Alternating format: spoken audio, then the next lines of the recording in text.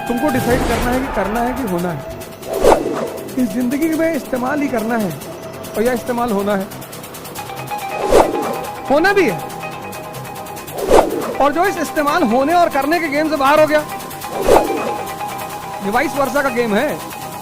छोटे भाई बहन से तुम कहते हो ना पानी ले आओ, ये ले आओ, ब्रेड सेक दो, चाय बना लाओ, तू हरिद्वार में बैठा, अभी तुमको कोई 100 रुपया देने नहीं तैयार है, कल आइए बन जाओगे।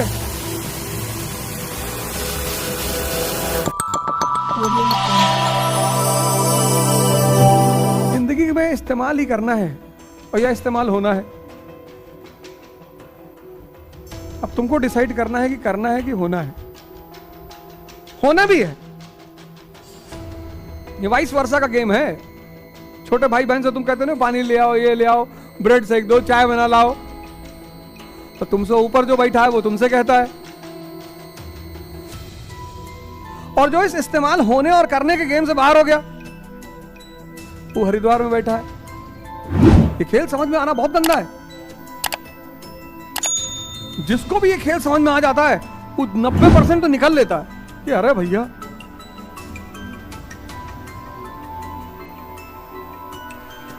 समझ में आने के बाद इसमें रहना। इसलिए गीता जीवन को लीला कहती है। तो महात्मा लोग जा रहे थे, तो एक महात्मा को सड़क पर सोने की ईंट मिल गई। तो महात्मा जी ने धीरे से उठा के उसको अपने बैग में रख लिया। तो जब दोनों शाम के वक्त जंगल में प्रवेश किए, तो महात्मा जी ने एक बुजुर्ग सन्यासी था, एक यंग था, तो बुजुर्ग सन्यासी ने रखा था बैग में। तो उसने यंग सन्यासी से कहा कि यार इस जंगल में डाकू है क्या? अरे उसने कहा हम सन्यासी, हमें क्या मतलब डाकू वाकू होंगे। फिर वो लोग कुछ लोग जंगल में आगे बढ़े तो बोले यार हमें पता है, हम लोग क्यों ना यहीं रुक जाएं, इस जंगल में डाकू हैं।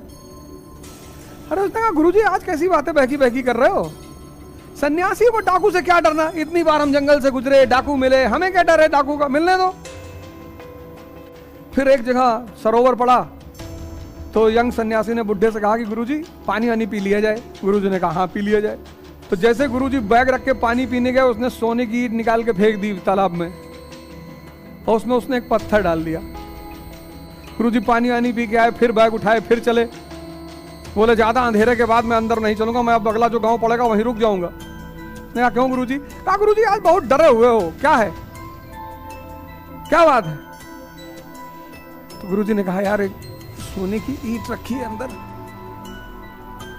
बोले गुरुजी सोने की है, हमने भी देखा था पत्थर की है। बोले पत्थर है? उसने निकाल के देखा पत्थर, उसने फेंक दिया उठा के, हंसने लगा। कहा रात में ही जंगल क्रॉस करेंगे।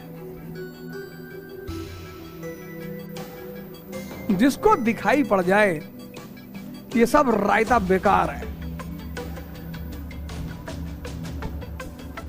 रायता ही तो है, अभी तुमको कोई 100 रुपया देने नहीं तैयार है, कल आईएएस बन जाओगे। कल मैं गांव में था अपने, मतलब मार हो गई फोटो खिंचाने के लिए।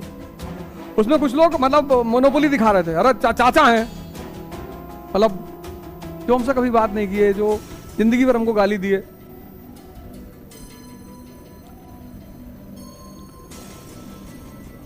तो हमारी एक गैंग है यहाँ, उसको लेके गए थे। उसमें लड़का है पठान है, सलमान, बोल के गए थे जो भी दिखेगा मार देना। मैंने कहा अगल बगल कोई नहीं आना चाहिए। कल मेरी माँ रोने लगी, यार तुम इतना बदल गए हो। कल मुझे बड़ी खुशी हुई अपनी जिंदगी में। बाकी ये सब तो लीला चल रही है। कल मेरी माँ को बड़ी खुशी हुई, रोने लगी वो। और कल उसने मेरे साथ, मैंने उसको पकड़ कहा कि तू भी फोटो खिंचा ले, तू भी कचहरी में दिखाया, तुम्हारी औकात। गाली वाली दी। माँ बाप को बहुत खुशी होती है अचीवमेंट की।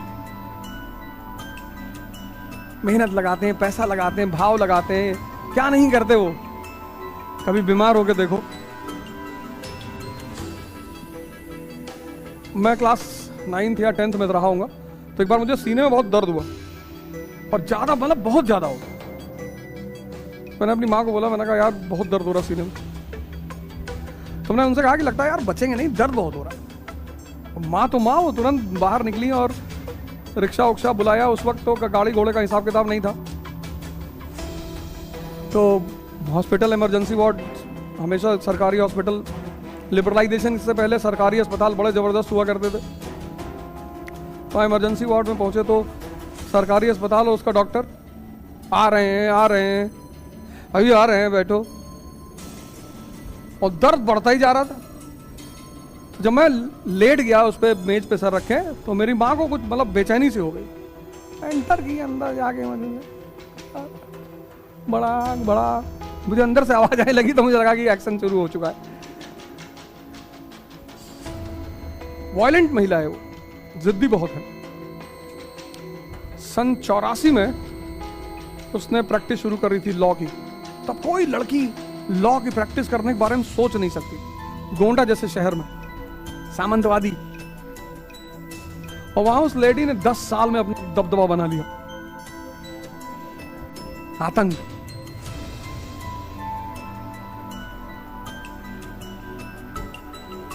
मतलब 84 में गोंडा जैसे शहर में लॉ करने जाना, यहां कोई औरत है ही नहीं, यहां कोई लेडी है ही नहीं।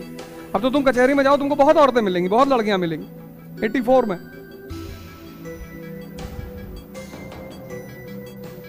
माँ बाप, इसीलिए उनको भगवान कहा ही जाता है।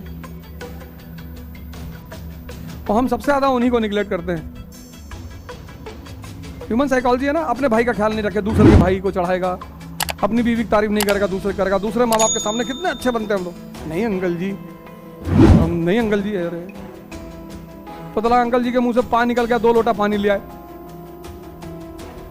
बोले बेटा पपीता कहने जा रहे थे। अच्छा अच्छा। दूसरे को लेकर हम बहुत अटेंटिव रहते हैं, अपने को लेकर हम कैजुअल हो जाते हैं। जबकि हमें सबसे ज्यादा अटेंटिव अपने को लेकर होना चाहिए। इस दुनिया में तुम्हारा अगर कोई सबसे बड़ा दुश्मन है, सबसे बड़ा, जिसकी वजह से तुमको परेशान किया जाएगा, वो है तुम्हारी योग्यता। तुम देखो, कभी कभी तुम कुछ नहीं करते किसी के साथ, फिर भी लोग तुमको परेशान करते हैं। तुम पीजी में रह के देखो, तुम्हारे लिए तो खैर अलग बात है, अरे हाइट वाइट जिम मार दिया, पैट घुमा के मर गई पता लगा। लेकिन आमतौर पर ऐसे सबके साथ नहीं है ना। तुम देखो बहुत सारे केस में ऐसा होगा कि तुम किसी को कुछ नहीं बोलोगे। ये दुनिया मूर्खों को बहुत पसंद करती है, बहुत। तुमने किसी से कह दिया खैनी बनावे, बना रहा। ये दुनिया मूर्खों को इतना पसंद करती है, इतना, और योग्यता से बहुत चिढ़ती है। सोचो, 3 इडियट मूवी देखो, डीन रैंचो से चिढ़ता है। डीन, क्योंकि वो उससे भी ज्यादा योग्य है। कैसे पकड़ के लाता हाथ, उसकी झुंझलाहट देखो, हाथ पकड़ के लाता क्लास में, कहता आज हमें रणछोड़ दास चाचड़ पढ़ाएंगे। कहता नहीं सर। किताब खोलता, देखता है, लिख देता ऊपर राजुलाइजेशन, फ्रान नाइट्रेट। कहता इन दोनों शब्दों का मतलब बताओ इस किताब में है। उस सीन देखो, सबसे पहले एक्टिव कौन होता है? चतुर। खटाखट दूसरे किताब खींच लेता है, ऊपर वाला जो लड़का उसी किताब खींच लेता है, और डीन बैठ के किताब पलटने लगता है, और 2 मिनट सब किताब पलट रहे हैं, देख रहे हैं, कहीं पता ही नहीं चल रहा है। कहता नो फिलॉसफी, इन दोनों शब्दों का मतलब बताओ। कहता सर ये तो मेरे दोस्तों के नाम है, राजू, फरहान। तुम्हारी योग्यता तुम्हारी दुश्मन। इसलिए कोशिश हमेशा करो कि अपनी योग्यता का प्रदर्शन मत करो। जो जादूगर होता है, उसके जादू को फेल करने में जो मजा है, जैसे किसी ने हाथ में सिक्का लिया और गायब कर दिया, तो जो आगे पब्लिक बैठती होती है वो सोचती है अगर किसी तरह पकड़ जाए, कैसे करता है, तो मजा, इसकी बेइज्जती हो जाएगी। अब यहां विनायक मॉल के सामने एक लड़की उस पर रस्सी पे चल रही थी, उसने थाली रखवाया, फिर थाली पर ऐसे बैठ के, कितना टैलेंट है, अगल बगल घेरे थे, सभी देख रहे थे, गिरा दे भगवान, गिरा दे, गिरा दे, गिरा दे। इस दुनिया को जो मजा गिराने में है ना, मजा है वो। परम आनंद।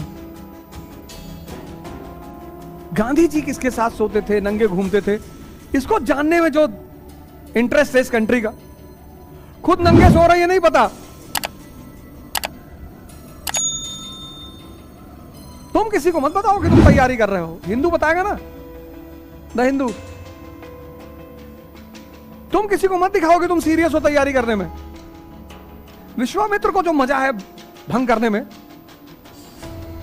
अब स्त्री चल रही सड़क पे, बहुत लोग उसे देख रहे हैं, वो नहीं बात करना चाहती, गाली देती अलग से। उस स्त्री को मजा किसमें है? विश्वामित्र की तपस्या भंग करने में।